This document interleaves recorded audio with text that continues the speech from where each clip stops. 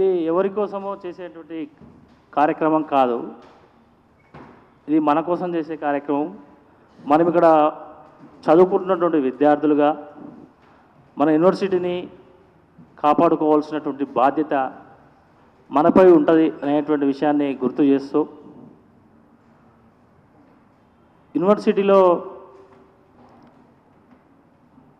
అన్ని డిపార్ట్మెంట్లో ఎవరి డిపార్ట్మెంట్లో వాళ్ళు తెలిసి ఉంటుంది. బహుశా పీటీఎల్స్ కానీ కాంటాక్ట్ ప్రొఫెసర్స్ కానీ ఉన్నటువంటి ఒక దౌర్భాగ్యమైనటువంటి పరిస్థితి ఉంది. రెగ్యులర్గా వచ్చేటువంటి ప్రొఫెసర్సు వేల మీద లెక్కబెట్టేటువంటి పరిస్థితి ఉంది. సో కాబట్టి యూనివర్సిటీ విద్యాపరంగా ముందంజలో ఉండాలంటే యూనివర్సిటీకి నాణ్యమైనటువంటి విద్య బోధించేటువంటి ఒక ప్రొఫెసర్స్ అనేది అవసరం. కాబట్టి యూనివర్సిటీ అప్పుడో న్యాక్లోనే లేదా స్టేట్ ర్యాంక్లో కావచ్చు ఒక మంచి ర్యాంక్ సాధించడానికి అవకాశం ఉంటుంది. కాబట్టి మనం ఈ వచ్చిన మందిమే సరిపోము, ఇంకా కూడా రావాల్సినటువంటి బాధ్యత ఉందని తెలియజేస్తూ, మేము కూడా ఒక విద్యార్థి సంఘంలో పనిచేస్తున్నాం. కాకపోతే ఈరోజు విద్యార్థి సంఘాలుగా అక్కడ చదువుకుంటున్నటువంటి విద్యార్థులుగా మనం అందరం కూడా ఈ ప్రోగ్రాం తీసుకోవాలనే ఆలోచన ఉంది. కాబట్టి ఆ మోటివ్ తోటి ముందుకెళ్తున్నాం. కాబట్టి ఇక్కడ విద్యార్థి సంఘాలను ఇన్వాల్వ్ చేయొద్దు అనేటువంటి ఆలోచనతో ఉన్నాం. కాబట్టి ఆ విద్యార్థి సంఘాన్ని ఇన్వాల్వ్ చేయలేకపోతున్నాం. అయినా కూడా ఇక్కడ చదువుకుంటున్నటువంటి విద్యార్థులుగా ఇక్కడ మేము ఇన్వాల్వ్ అవుతున్నాం. నా పేరు మంద నవీన్, నేను సోషాలజీ డిపార్ట్మెంట్ ఫస్ట్ ఇయర్ చదువుతున్నా. ఇక్కడనే మాది పీడిఎస్సి విద్యార్థి సంఘం కూడా. ఇక విషయానికి వస్తే, ఈ యూనివర్సిటీ తెలంగాణ ఉద్యమం నుంచి కూడా అంతకుముందు ఈ యూనివర్సిటీలో మంచిగా ఇప్పటితో పోలిస్తే అప్పుడు మంచి ప్రొఫెసర్స్ ఉన్నటువంటి సందర్భం. ఆ తర్వాత ఉద్యమం వచ్చి ఇక ఎవరికి వారు లీడర్లు అయిపోయి ఈ యూనివర్సిటీ స్వార్థ రాజకీయాల కోసం వేదికగా ఉపయోగించుకొని ఎవరెవరో ఇక్కడి నుంచి వాళ్ళ స్వార్థ ప్రయోజనాల కోసం ఉపయోగించుకొని యూనివర్సిటీ ఇక్కడ దాకా నిర్వీర్యం చేసేటువంటి పరిస్థితి ఏర్పడ్డది. సో విద్యార్థులుగా మనం అందరం కూడా దాన్ని క్వశ్చన్ చేయాల్సిన అవసరం ఉంది. మార్నింగ్ నుంచి కూడా మేము మా విద్యార్థులందరం కూడా మనందరం కూడా కలిసి తిరుగుతున్నాం క్లాస్ టు క్లాస్. అయినా కూడా ఎక్కడ కూడా స్పందన అంత స్థాయిలో పెద్ద ఎత్తున వచ్చేటువంటి కనబడలేదు. అది అందులో కొంచెం బాధాకరమైన విషయమే. ముఖ్యంగా మన యూనివర్సిటీకి మనం ఏదైతే పెట్టుకున్నామో మన యూనివర్సిటీకి 1000 కోట్లు కేటాయించాలనేది ప్రధానమైన డిమాండ్. అది మా పీడిఎస్సిగా కూడా మేము నిరంతరం కూడా ఇంతకుముందు మేము బయట కాకపోతే యూనివర్సిటీలో ప్రోగ్రాం చేయకపోవచ్చు, కానీ ఇతరత్ర ప్లేస్లలో మేము కూడా పీడిఎస్సి విద్యార్థి సంఘంగా యూనివర్సిటీకి ప్రొఫెసర్స్ రెగ్యులర్ ప్రొఫెసర్ నియమించాలి. అదొకటి. రెండోది, యూనివర్సిటీకి 1000 చెప్పినట్టు దాని మీద రాసుకున్నట్టు 1000 కోట్ల బడ్జెట్ కేటాయించాలి ప్రత్యేకంగా. ఎందుకంటే ఇక్కడి నుంచే వివిధ ఉన్నత స్థాయిలోకి వెళ్ళినటువంటి వాళ్ళు ఉన్నారు. కాబట్టి ఇది ఇక్కడ ఎవరికి విద్యార్థులకు ఎక్కడ ఏ అవకాశాలు దొరికితే ప్రొఫెసర్ కావాలనుకుంటే ప్రొఫెసర్ అయ్యే అవకాశం, ఒక విద్యార్థి నాయకుడుగా ఎదుగుతూ ఒక పొలిటికల్గా వెళ్ళాలంటే పొలిటికల్ వెళ్ళే మార్గం, ఇట్లా ఏ రూట్కి ఆ రూట్కి వెళ్ళేటువంటి ఒక వేదిక మన యూనివర్సిటీ కల్పిస్తుంది. అందులో మనం గర్వపడాల్సినటువంటి విషయమే. సో మేము కూడా విద్యకు పీడిఎస్గా మేము కూడా 30% బడ్జెట్ కేటాయించాలని చెప్పేసి కూడా నిరంతరం కూడా మేము కొట్లాడుతున్నాం అప్పటి నుంచి ఇప్పటి వరకు కూడా. ఇక పాలకులు ఎట్లా చేస్తారు ఏం చేస్తారు అనేది మనకు తెలిసినటువంటి విషయమే.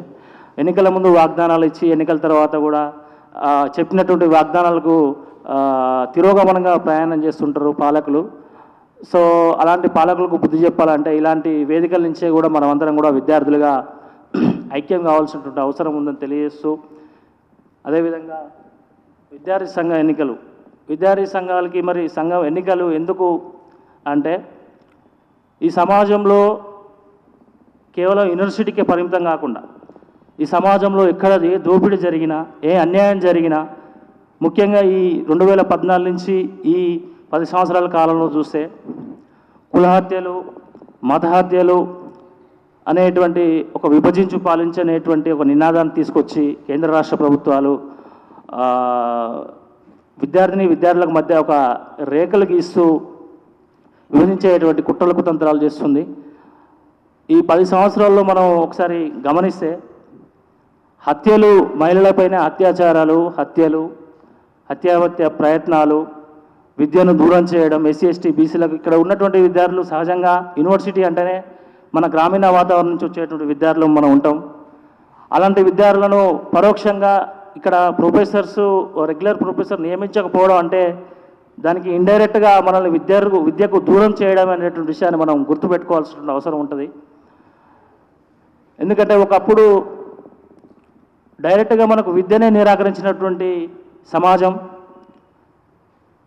చదువుకుంటే వేదాలు వింటే చెవులలో సీసం, చదువుకుంటే నాలుకలు గోచేస్తాం, మీరు శూద్రులు మీరు మిగతా కులాలకి వరకు సేవ చేయాలనేటువంటి ఒక దౌర్భాగ్యమైన మనస్మృతి తీసుకొచ్చి దాని ప్రకారం మనందరూ కూడా కొన్ని వేల సంవత్సరాలు విద్యకు దూరం చేశారు.